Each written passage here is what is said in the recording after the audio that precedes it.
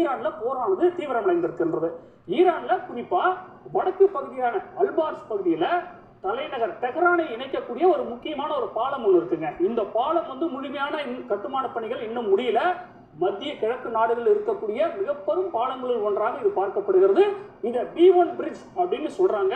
இந்த பாலம் வழக்கமான மற்ற பாலம் மாதிரி கிடையாது.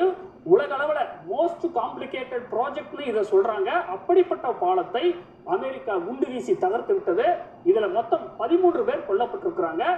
பாலம் தகர்த்து தொடர்பான அந்த காட்சிகளை பாருங்க.